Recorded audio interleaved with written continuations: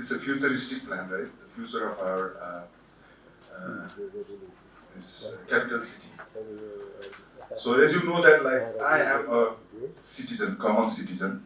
I was using as the regular user of this capital city transportation, and I am here as the capacity of like citizens, government, and with this the specific responsibility to transition the government, and I will be the citizen again, right? So in this respect, I will be using this transportation more than others, I guess, like people who are in the decision making. So I want to like express my opinion based on that perspective. So since I am now wearing two hats, both the ministry and which are the strong, they are the primary stakeholder to make this SEA, Strategic Environment Assessment, a success. So in that respect, so our Joint Secretary, Dr. Rajendra, clearly mentioned in his speech, I echo with him, that the conservation regulation, so we have, that has outlined the basis of doing this SEA. So it will be facilitating, this document will be facilitating how comprehensive and adequate SEA should be. And the ministry who are the primary responsible for taking a lead in this master plan. So the team is here, and this will be an opportunity to strengthen the interministerial collaboration, which is believed to be a lack often it is believed to be a lack in our working the relationship. So I'm taking this an opportunity to not just only completing this specific task, but adding one step ahead in the collaborative governance. So I believe that it will go along that line, and this is actually the future that Nepalese youth has expected for a long, and that's why the recent uprising, recent dissatisfaction, this recent revolution has happened, because there are so many disorientation, disconnections that we have seen in our system. People want governance, right? That's the governance is one of the main reasons that the current agitation, the reason behind that agitation. So I also believe that our transportation system reflect the kind of governance we have in our country. So if you have a very good transportation system, it reflects that our system, our other systems, other parts are functioning well. So the kind of hassles, the disconnections, the problems, the issues that we see in our public transportation system, our road system, the governing the road, that tells the story that we have a big room for improvement in this area. So this master plan, as the team, the Japanese colleague, they presented the other day, so I see a good plan, like they have used a lot of primary data and as well as the secondary data to forecast the situation of our capital city, like how the city will grow in future, and how the transportation needs will be, and how to address those needs. So it's a very challenging thing. Our secretary just mentioned that Kathmandu is not like the other cities that we see. They are newly built cities where the plans can be implemented easily, but this city is historical. And I think Japanese colleague also understand this the character of our city, because it's culturally traditions, cultures. It's a conglomerations of like all things. Like you have a history there, you have a tradition there, you have this ecological system there, and then you have all kind of lives grow there. So Japan has a good record of how they have preserved their traditions, the age-old traditions, and bring the modernity, the fusion, right? So this skill, this experience, and while planning the Kathmandu city, I hope that the team will bring that essence, that nuance to their planning, so that while we bring these modern facilities, these solutions, but equally we also preserve our heritage sites, our heritage, our culture, like people's need, and then the environment friendly, becoming this transportation, and like this this ecosystem approach they will bring in, and it will ultimately be the roads should be people centric, not car centric or not like vehicle centric. So that philosophy, that idea will be the part of this developing this. That is why this strategic environment assessment comes in a play. Like before it's too late, if you build that thing in the planning phase, so you will not face severe challenge later on. So that both ministry also can work in synchronization. That their work will be synchronized. Uh, Often we have seen that while planning we tend to forget this part and we focus on like completing or like in silos. We work in silos. So when we work in silos, because the engineers have their own role, this environment conservationist has their own role. If we don't talk to each other, so often they complete their job in silos, and that when at the time of implementation the conflict arises, right? So that is the fundamental thing. Now to bridge that, to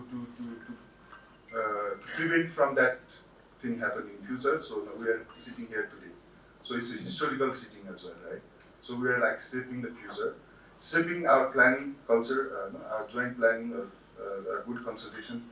So we are marking a history actually today, right? If we truly, honestly provide the input today, so that later, right, nobody will share their dissatisfaction. Oh, this should have happened like this way, So, so, so I thank like all of you who, with that spirit, have presented here today, and you will be contributing to your best because you all are the expert in one way or other. So collectively we can bring this document, a good safe document. That's my feeling. So as the ministry, like we will be here for about like 2 months or slightly more than 2 months, like until this the election is underway. Election. So after the election, there will be a new government. I hope this. So I've already talked to these both ministry that whoever will come in the position, so there will be new people with new hope, new spirit, new aspirations. So things will not remain as usual, not like before. So there will be. So that is why. So we also need to change our working modality, like working approaches, right? So that idea, that essence, that feelings, we should generate collectively, so that whoever will come into position, so you can showcase your like best of you, like best of the department, best of the municipality, so that the international cooperation that we are receiving from our country, the neighboring countries, our friend countries, so they will also feel like we're supporting for a good cause and it's being used rationally, right? So I had like opportunities to have a bilateral meeting with Japanese ambassador twice within this period of time. We shared the same so our bilateral cooperation. Because we have this cooperation is not one way; it's a both way. Like we are bringing the modern ideas, technology, expertise from Japanese side, and we also share. Like I was sharing with your ambassador that I am the student of anthropology, And I have seen that like many anthropologists from Japan have come to Nepal and learned from Nepal and have done their PhDs and postdoctorate and in many parts of the country. Even I am from Jumla, Kanadi, so I have met anthropologists who have visited Jumla, Dolpa, and done their work, even from the time of like Ikai Kavalji, right? So it's a both way, like we're sharing our knowledge, so we're also bringing technology or this support. So that's why it's a cooperation, right? So we want to strengthen that friendship and that cooperation along. It's a long-lasting relationship. And this year, Japan and Nepal cooperation is uh, celebrating 70 years of cooperation. That is why our president have visited Japan. He is actually there today, yesterday also. So to celebrate our friendship. So this work is also part of that friendship, right? So we appreciate that relationship, and we want to ensure that we'll continue that. And we'll play our like best effort for a true sense. And then with this work, we'll ensure good governance while doing these things. We'll be sincere, and we learn from this, right? Sharing this. Dr. Rajendra Kisi reiterated that this is the first of its kind. So while setting up this, this will be one of the benchmark that that the future SEA work will be more, they will be guided by the work that you have done. So I just want to like put a caveat that let's make this like not cumbersome work, like easy process, and reduce unnecessary hurdles if there are any, and make the document as easy as possible, as simple as possible, so that people will find it easy to adapt in future, right? Sometimes because of this technical thing, expertise, we want to inject a lot of difficulty steps. So the good governance is if you reduce more steps, it's a good thing. So try to make it like, and it can also provide like while working with this, provide a feedback to our to revise our regulation if needed, right? So because the first time you can provide a good solution, and also consider that Nepal is a very diverse country. So like one size should not fit for all. So we need to have a targeted approach. If we have to plan for other cities, like other purpose, it should not be the same as we do in Kathmandu. So this diversity thing, so the uniqueness also needs to be understood. Because Nepal's policy plan often fails because we think that the same policy we develop in Kathmandu, within Singapore, applies equally for all part of the country. No, that's why we failed, failed.